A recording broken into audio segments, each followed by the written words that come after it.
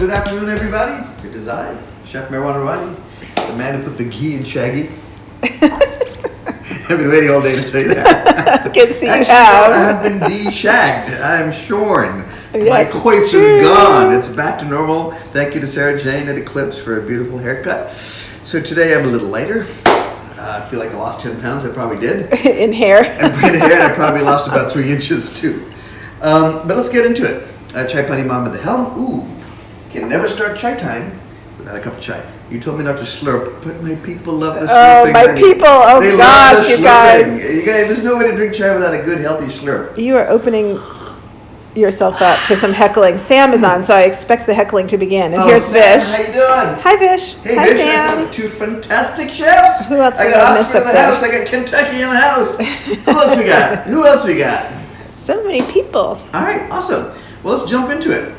I feel like I've been doing a lot of potato-based dishes and mostly vegetarian dishes. The last 5 or 6 episodes have all been about the potato or the vegetable or the curry, but today I'm going back to my roots as a true Parsi in celebration of Nowruz, which was last week. I'm going to be cooking up tandoori chicken and tandoori lamb chops done homestyle. So, why the difference? Well, because it's really hard to make tandoori chicken at home. The oven just doesn't get high enough. And if you don't modify the traditional recipe, you're going to end up with a sort of slightly soggy, overly yogurty mess that just doesn't get that nice crispy crust on it. So let's talk about the ingredients for the tandoori marinade. This is my list of ingredients for tandoori marinade. And this has been based on probably countless hours and drumsticks of tandoori research.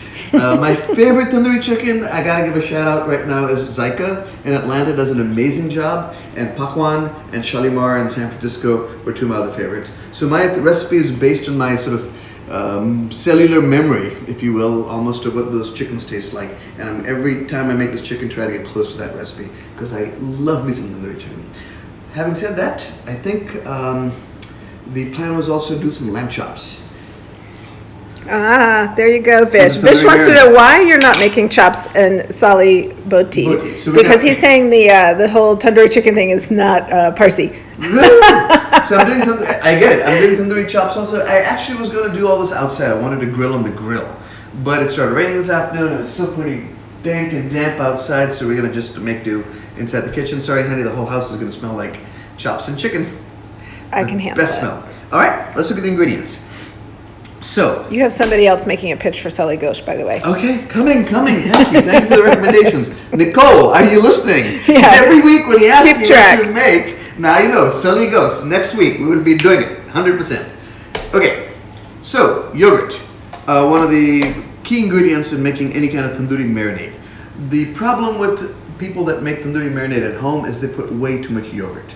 So I'm going to actually be using a lot less yogurt than you normally think because the oven's just not hot enough, and that all that yogurt's going to do is stay a soggy mess on the chicken and never get quite cooked all the way through. So we're going to cut back a lot of the yogurt for this home application. Ginger garlic paste, and then the spice, and that's really it. And then we've also got some vinegar and lime juice, but I'll walk you through all that. Let's just talk about the spices first because I already laid them out this way, and if I don't get to it, I'm going to lose my mind. Cumin powder, and I'm using our Spicewalla roasted cumin powder, but any cumin powder will do. I can't promise it'll be as good as ours, but hey.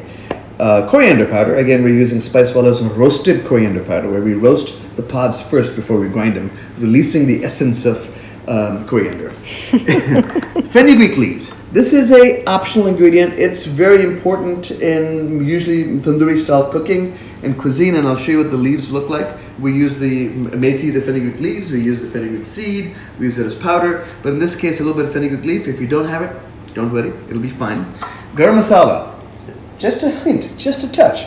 This is a tandoori dish that's meant to be zingy, spicy, tangy, and it's not meant to have necessarily a lot of those garam masala aromatics, but you still want a little touch for that background. And then, this is, I would say, a vital ingredient if you want the right color for your tandoori chicken. Any kind of chili powder will do, but Kashmiri chili powder will give you that beautiful, vibrant red that tandoori chicken is famous for. The problem is most restaurants, especially your run-of-the-mill buffets with tandoori chicken on there, if it looks like it glows in the dark red, then it probably was dye. some sort of red dye to compensate for the fact that they're not using Kashmiri chilies. But if you use Kashmiri chili powder or the whole Kashmiri chili, it'll give you that beautiful deep red color in addition to a lot of flavor. And last but not least, a hint of turmeric, haldi. And we got our beautiful Dasbur turmeric over here. Now, good people of the internet, fear not. If you don't have all these ingredients, because you didn't buy Spicewalla's essential kitchen set, I'm getting really bad at this, aren't I? Shamelessly pitching So many Spicewalla. plugs. So many plugs. But hey, well, I'm in the spice business. What do you want me to do? Spicewalla also makes a tandoori masala where all of the above aforementioned ingredients are already in there. Just all you need then is the yogurt, the ginger garlic paste, the lime juice, the vinegar. But all of these masalas already in one handy dandy packet. What is Vish talking about? Tomato powder. Why? Oh, for the color, for the color. Oh. And he's gonna probably hit me with beet juice next. But yeah, he's saying tomato powder works well for the color, but you know, for those of us lowly, earthly denizens that don't have tomato powder floating around in the kitchen, Kashmiri chili powder does. And if you don't have Kashmiri chili powder at home right now, regular kind will work fine. You know, you'll still get 80 to 90% of what we're trying to do. This dish is still going to be delicious. Like, I don't want people getting hung up on not having the right spices. That's what the whole. Oh, he's reminding you that you make it.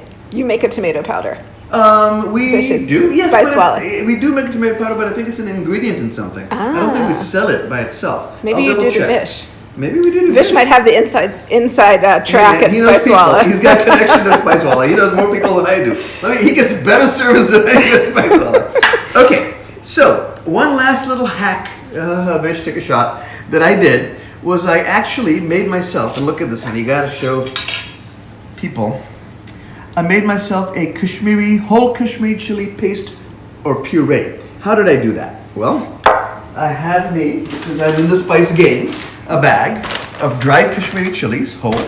This is what they look like. Here's another better example.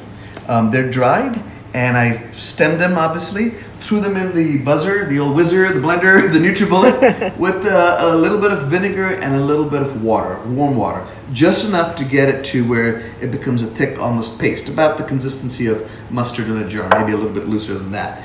And if you ask, like, where in God's name are you supposed to get this? Amazon sells it. You can buy a bag of Kashmiri, just go and type in Kashmiri chilies whole, dry whole, and you can find it. If you find it, buy it. Go ahead and make yourself a jar of this paste. Because of the vinegar, it'll stay preserved well. You can keep it in the fridge, and you'll have yourself just a beautiful, chili paste, if you will, that you can use for all kinds of marinades, rubs, and whatnot. The powder is an easy and quick way to do it, but this paste, that's the right way to do it. And we're going to use that paste today. Okay? All right, let's do this. Hey, before I forget, Vish wanted to remind you that next week is actually Maggie Week.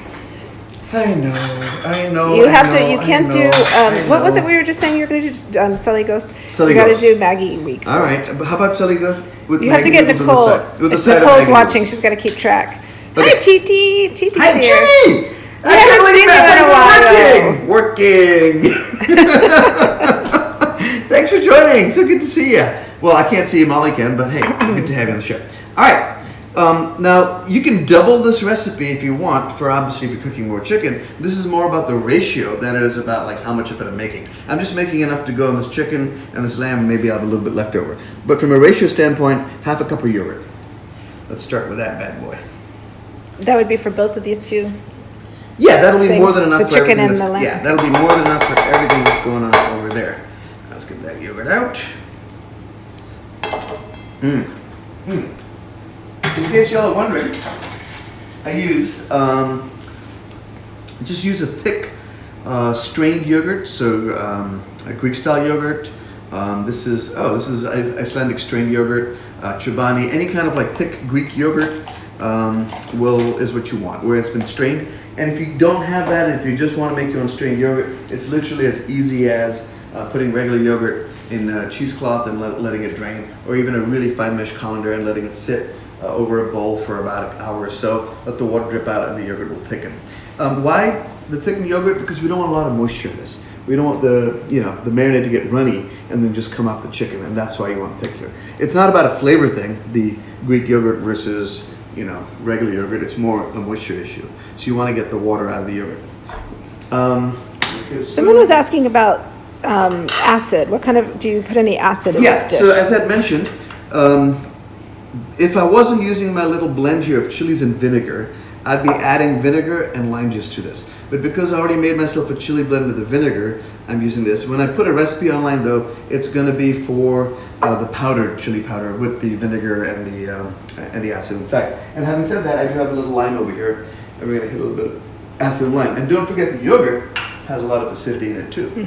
So we wanna balance all this out. All right, let's go ahead and put our powders in. So from this point forward, I'm using, for this much yogurt, half teaspoons of stuff. And not even heaping half teaspoons, just gentle half teaspoons. So half teaspoon of cumin powder, and this was a half a cup of yogurt again. One down, half teaspoon of Kashmiri Chilli Powder, of the roasted coriander powder. In. Two down. And there's not a lot of spices really if you stop and think about it. Garam Masala, even less than a half teaspoon, a quarter teaspoon for this much. There you go. And Fenugreek Leaves, we're just gonna literally put a pinch, a sprinkle, and crumble it when you put it in. This You wanted to show people the leaves. Yeah, this is what it looks like. And there's some in my hand. So like literally a small pinch, and we're gonna crumble it up and get it in there. Oh yeah, this is very much, in fact, this stuff is so popular that, Someone's pairs so sending well love with from chicken. New Delhi. New Delhi! Hi, thanks for joining us. Thank you for joining, exactly. A pinch of the turmeric, again about a half teaspoon. And I'm doing shallow half teaspoon, guys. I'm going very light on these spices here because really what we want the majority of the flavor to be is acid, chili, salt, and lime. And now, for the, ginger garlic paste, right? So I would say, let's actually give people measurements because people get, really upset when I don't do measurements. Where's my measuring spoons? It's like this, thing that most people actually need. Oh, measurements. right, okay. Most humans, mere mortals, need measurements. So I would say Myself included. Say about 1.5 tablespoons of ginger garlic paste. And salt, healthy pinch of salt, healthy pinch of black pepper. And now I'm going to say, a nice heaping tablespoon of this paste. All right, there it is. Let's mix it all up together.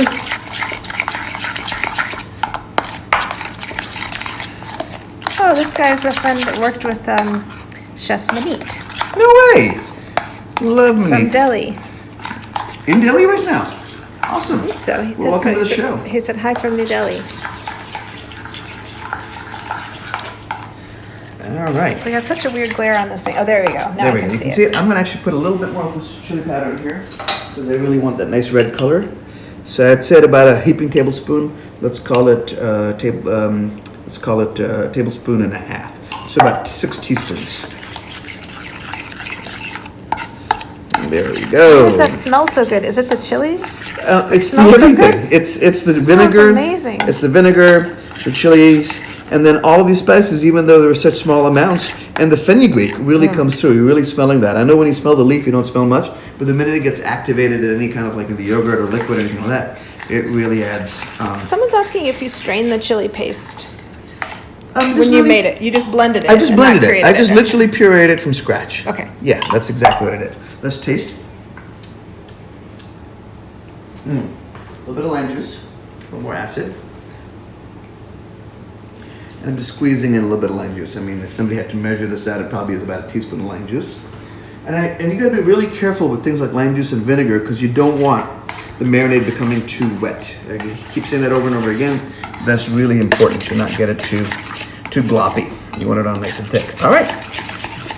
There is, I'm gonna do one more pinch of salt. I would associate thick with gloppy. Do you mean runny? Don't get it too runny? That's what I mean. I don't want it runny. Well, Okay. No, No, we have that visual. All righty.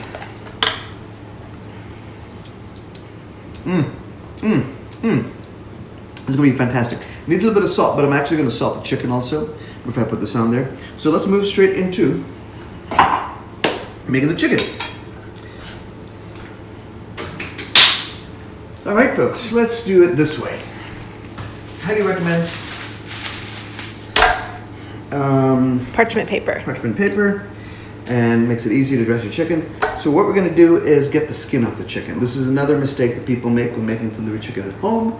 Is they use either breast, and breast is fine, but if you want super juicy tandoori chicken and cooked at home, go with the leg thigh quarter. That'll give you dark meat and it'll stay juicier than the breast, which can dry out. And the second thing you want to do is get the skin off completely. So right around the ankle, the cankle, just go ahead and cut to the bone. You haven't brined this chicken, right? Nope, chicken has not been brined. Literally came straight from the store. And I'm just going to cut it around there.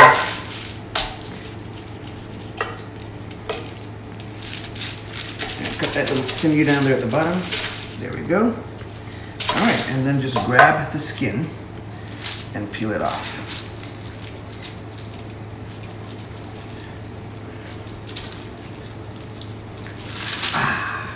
Trim any fat off the side there. Don't need it. Okay, done.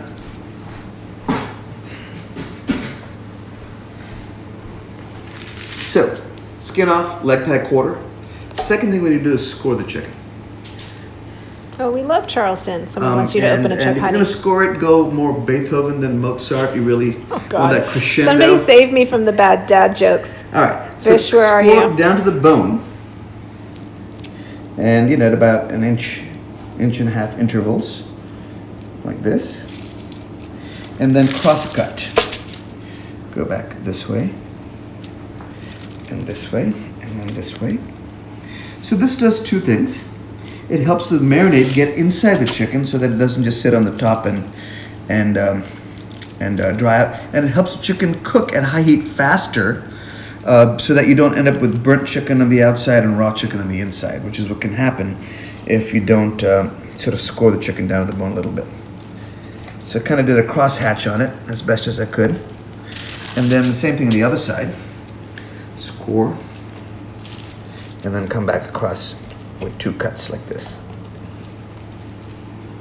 Done. Okay. And now the rest of this is easy peasy.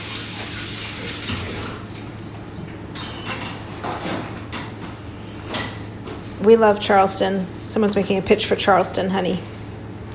For Charleston? To open a restaurant in Charleston. Oh! I thought somebody wanted to pitch for the city of Charleston to be on the show. Well, that too. That Let's go to Charleston and shoot a show there. Okay. All right, guys. So I'm going to throw this chicken in the bowl, and this is where I'm going to put my glove on because the marinade will get all over your hands, and that turmeric will stain your hands, as will the red chili powder. So one of the few, I love working with my hands with food and meat, but one of the few times I don't mind putting a glove on is when dealing with turmeric and chili powder. Okay. Well, guys, it's almost done here. Now all we're gonna do is hit this with the marinade. But before I hit with the marinade, I'm gonna just to give a little bit of the little extra red. I'm gonna start with a little bit of this in there. Oh, and did we salt the chicken? I don't think we salted the chicken. I don't think so. Let's salt the chicken. Let's salt the chicken. Fish is totally into going to Charleston and running it if it's a Parsi bistro. Sold to the highest bidder. Here's a restaurant idea. We just can't talk politics. That's the only agreement. All right. I'm putting a little bit of this marinade on top. Why? I really want that color in the chicken. So I'm going to massage this in. Now, if you don't have this chili paste that I just made, you do the same thing with just Kashmiri Chilli Powder, right? Just put the powder straight up directly on the chicken with a little bit of salt and get that nice red color directly on the chicken in all of its nooks and crannies. Look how pretty that's already looking, right? Who needs red number 5 when you got yourself some nice... Right. Now, if you're planning on reusing saving some of this marinade for later or using it with something else, don't dump the chicken in there and contaminate the marinade. Scoop the marinade and add it to the chicken. And since we're going to be using this for the chops also, I'm going to try not to cross-contaminate my marinade with my chicken. All right? Oh, our friend from New Delhi is suggesting a Parsi maska bun with the tandoori chicken. Oh, that would be amazing. In honor of Farhan and Sam, I was going to do some naan bread wink, wink, to go with my chai tea. Yes. You have to tell. You can't have inside jokes. That's like somebody being at a party and not knowing who's at the party. All right. Well, for No, all you I'm- folks I'm that are being saying mom. what's wrong with naan bread, here's what's wrong with naan bread. The word naan is the Indian word for bread. I mean, for a style of Indian bread. So by calling it naan bread, you're saying bread twice. I mean, the same problem you have with chai tea. I mean, chai is tea, so. Okay, now you all know what the inside joke was about. Got it. So, but people can't help themselves. They love them some naan bread. I love me some naan bread too. All right, honey, this is it. The demo is so simple, ridiculous that I don't even know what to do with it. While I'm at it, let me go ahead and do another bowl for the lamb chops. Take this one off. Wash my hands.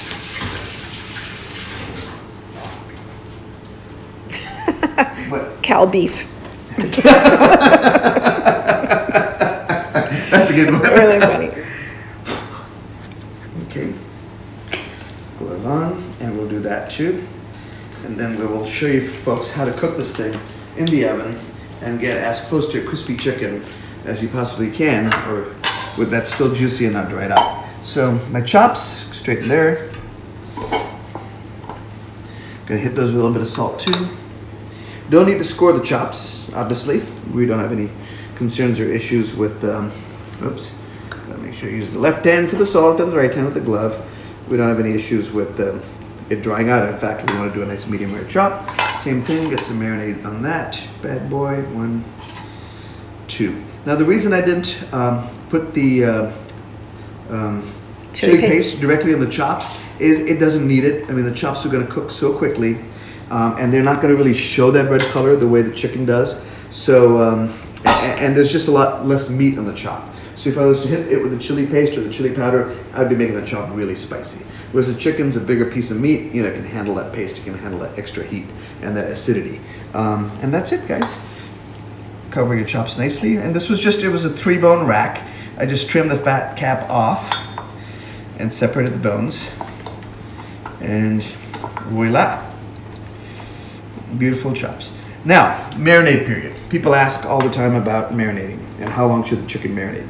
I have found that if I marinate my chicken in Spicewalla, for example, the restaurants, for more than half a day, the meat can start getting a little bit, it starts almost cooking in the marinade.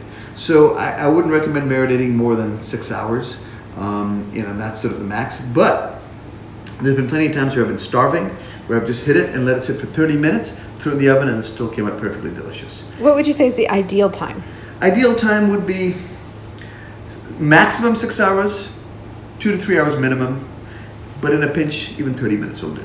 So there's no ideal time. That's like saying that was the best non-answer I've ever heard. The ideal amount of salt. Well, All right. And the chicken I'd marinate. The lamb chops I wouldn't marinate very long at all. In fact, I wouldn't let the lamb chops go more than 20, 30 minutes and then head them to the grill. If you wanted to eat them right away, throw them in the grill right away. Okay. And then plate up. All right, guys. Not plate up, as in how to cook the sucker. So here's the trick. Okay, the expert is weighing in here. Vish is saying 4 hours for the chicken, right? He's just picking a number to mess with me because it's a number that I didn't pick. Vish is going to pick that number. If I said 4, it's at 5. If I said 5, it's at 3. That's right. That's why he's here to heckle you. That's why he's here to heckle me. All right, guys. So how do we cook this chicken in the oven? Get the oven cranking hot. You want to turn it to maximum heat. 500 degrees is what the average home oven will go at. Get it to 500 degrees on roast, if it has a roast function. If it has a convection function, turn the convection on. That allows the air to sort of circulate around the chicken, recreating what's happening inside a tandoori oven. And make sure the oven is on for a good 30 minutes before you put the chicken in. You really want it nice and hot inside. And once you're ready, open, slide chicken in, slam door shut, and don't reopen it because you want to trap and keep as much of the heat on the inside as possible. Get yourself just a sheet pan. And the other thing that would be great to do is to put the chicken direct on a rack. What that does is allows air to flow underneath the chicken legs so you don't end up with crispy chicken on the top and soggy in the bottom. Remember, in a tandoori oven, chicken's going on a skewer in the oven with air circulating all around it and getting crispy on all sides. Crispy is not quite the right word. It sounds like fried chicken. You know what I mean? Like roasted, well roasted on all sides. If you don't have one of these, and guess where I got this one from? Cheaty. Cheaty. What a good friend. I know. If you don't have one of these, then do what I do, which is hack it. Vish, take a shot. Jugaad it. And here's how I do my jugaad. This is why Chi sent him this beautiful rack, is because she kept seeing him doing this hack. Exactly. Right? Well, different types of hacks. Are you talking about the thing where you were balancing? Oh, that was when you were curing meat. You were balancing it on toothpicks or something? Well, I was dry aging my steaks in the fridge. I was basically balancing on toothpicks, on little aluminum foil balls, so on and so forth. But this actually is brilliant because you kind of want a little bit of this in with your food also. So get yourself a bell pepper, and I've got an old wrinkled bell pepper that's on its last legs, which is perfect for this. All right, and just cut off some, Someone was asking about if this marinade would work with paneer. Oh, absolutely. The only problem with paneer is that it's really hard to get it to stick to paneer. Because paneer is a hard block. And when, so if you were doing it with paneer, make sure it is thick. Like, do your best to make sure you have a really nice thick marinade, because that's a better chance of it staying on the paneer skewer and when you roast in the oven. So what I did was I cut up some bell peppers, and I'm going to place the bell peppers down over here, and then I'm going to take myself a wad of onion. A wad. It's a technical term, honey. It's right up there with pint, quart. You got a wad, a smidge. These are all very technical cooking terms. Vish is onto your sneaky secret of like doing all these weird hacks so that someone breaks down and buys you this beautiful rack. It worked. All right. So what I've done is create a little bed to elevate my chicken when I put my chicken on it. Veggie bed. Veggie bed. Okay? Now, last thing we're going to do is hit this chicken with some oil. I'm going to actually hit a little bit of oil on here. Let's get a little drizzle going on these veggies so that nothing sticks to the bottom here. And then hit some oil on both sides of my chicken. Chi-Chi's correcting you. The waj is actually from the metric system. Ah. That's where... And it's a smidgen from the U.S. imperial system. Okay, and here we go. And we're gonna put a chicken right on there. Okay, and that's it, folks. Get it in the oven and call it a day. And so get that oven cranked up. Throw it in there, and cook until the internal temperature reads 175-ish for the chicken. Let it come out, rest a few minutes, and then you got yourself some delicious chicken. And what does this look like when it's actually done? Well, this is because there's no way we're going to get this chicken done. I cooked it already, pre-cooked the chicken for everybody. Look how sophisticated he's getting in his home cooking show. I feel like I've got exactly. Someone's asking about mustard oil. Oh, it's our friend from New Delhi asking about mustard oil. Okay, very good point. Mustard oil is a delicious addition to any kind of grilled or roasted meats. The problem with mustard oil is that it's got to be tempered. It's got to be cooked at high heat. Otherwise, it's going to taste bitter. So if I was doing these lamb chops on the grill, a couple of drops of mustard oil would be beautiful. And that high heat from the grill would temper the mustard oil and give the flavor. In an oven, however, if I was to add mustard oil to this, it's just not going to be hot enough for that mustard oil to lose its bitterness. Now, another hack, and nobody owes me anything for this one, is you can pre-temper the mustard oil. So heat up the mustard oil, get it smoking hot. You can even add some flavorings to that mustard oil if you wanted to. A little bit of cumin seeds, hing, ginger, garlic. And then, turn the heat off, let it cool, strain, and now you got mustard oil that's been tempered and also has a little bit of flavor if you wanted it. And then you can use a drop of that, kind of like you would with sesame oil. Mm-hmm. You can just use a drop of that while cooking. It does add a delicious flavor, especially to red meats. I wouldn't necessarily put the mustard oil with the chicken, but I do the red meats. At least not in the home cooking version right. of it. Look at this. Everybody's very impressed with your fancy swap. There's my fancy swap. And there's the tandoori chicken. It's been sitting in the oven for about 20 minutes or so it's not quite glistening. And what I actually would have done right now for my final, would have hit it with the char function, the broil function on the top, and let it get that broil going so that it just got nice and sizzly.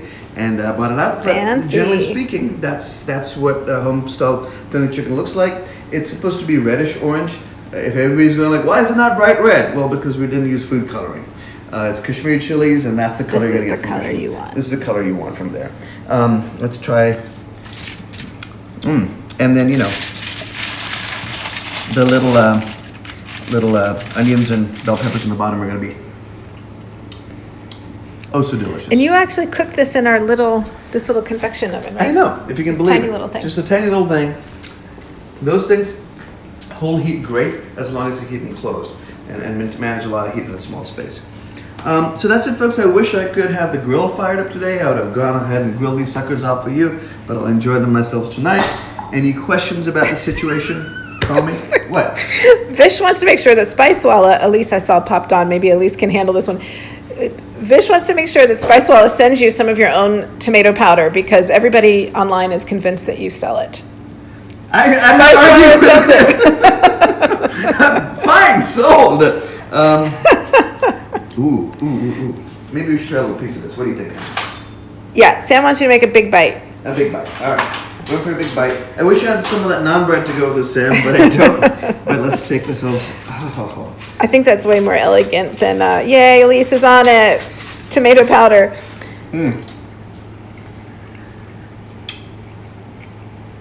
Oh my good God. He's proud of himself. I really am. I don't do this at home every day. It's way too much work. This is what we do in the restaurants, but that is delicious. That is unbelievably fantastic. Cooked beautifully, juicy. So much flavor. And you know, this one, guys, I actually made with all the yogurt, the Kashmiri chili paste, the bell peppers, yada, yada, yada. But instead of putting the individual spices in there, this one, because I was in a hurry before the show, I used a regular tandoori masala and already ready to go. It's a testament to how delicious that is that I don't even notice the difference between that and putting it on. This is amazing. Your Brown in the South crew is wildly offended that you're eating this with a knife and fork. They wanted you to just go caveman style and bite into it. Oh, don't worry, Chi-Chi. This is going to be my dinner for sure. I'm being polite on camera, but having said that, all right, everybody. All right, peer pressure Cheers. works. Here it goes.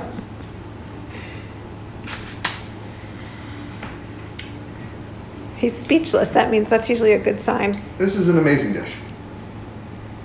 Try this at home. Make the marinade. The marinade will store for a good 4 or 5 days.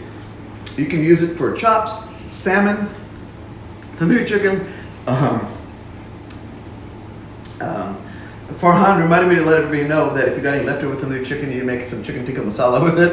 Or as he said, chicken tikka masala with it.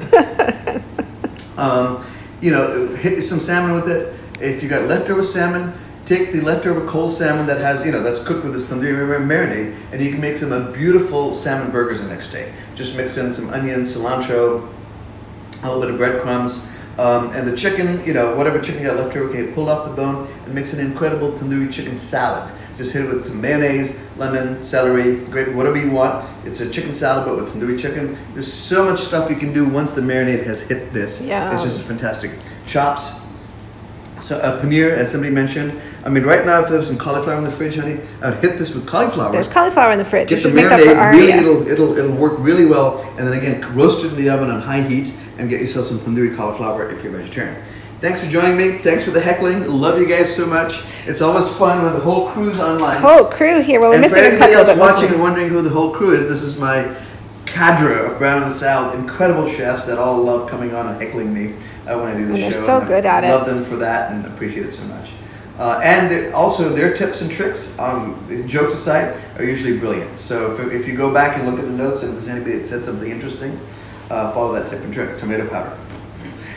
Wait, we have a couple technical questions before you sign off. Yes. How long would you have cooked it? If you're cooking it at 550 or highest heat, Well, how long? 500, yeah, 450 to 500. I mean, depends on the oven. I keep an actual temperature gauge in the oven so I can make sure the oven's temping correctly. 35 minutes. And then I would hit it with a 5-minute broil on the top to get that final char on the top of the chicken, which I didn't get this time. And for people who signed on late, where can they find the recipe? Recipe will be on spicewallabrand.com. Go over to recipes, click on there, and Elise and Nicole will get it up. Usually we try to get it up within 24 to 48 hours. Cool. And I try to do these things so that you can kind of follow along. I mean, a recipe's great, guys. You've got precise measurements and so on and so forth. But as you can tell, I'm sort of winging it. And I'm winging it just based on the idea that things should make sense. Garam Masala has a lot of cinnamon, cardamom, clove. If I put too much of that in there, then it's going to taste like that, right? Turmeric is so potent, just a tiny amount goes a long way. And these other spices are just there for some background notes. You don't want a masala chicken that tastes like it's a dry curry chicken. You want a chicken that's bright, vibrant, citrusy, tangy, and has that heat, which is characteristic of tandoori chicken, and that smokiness. There were some other hacks I could have done. You guys have probably seen me do a dungar, which is where I take charcoal or coal briquette and then hit it with some ghee and get that smoky sort of flavor, haze happening, if you will. I could have smoked the chicken that way to give it that background note. There's a lot of fun things you can do, but I'm trying to keep it simple and basic and easy to do at home, and with ingredients that most of us hopefully have around the house, including tomato powder. Now that we know Spicewalla sells it. All right, guys, I'm going to sign off on that note, and I'm going to go animal style. One more bite. Caveman style. And you got to try this. I'm planning on it. And it's not too spicy. Even with all that Kashmiri chili in there, it's not too spicy at all. Okay, bye everybody. Bye See you all next everyone. time. See you next week. See you next week.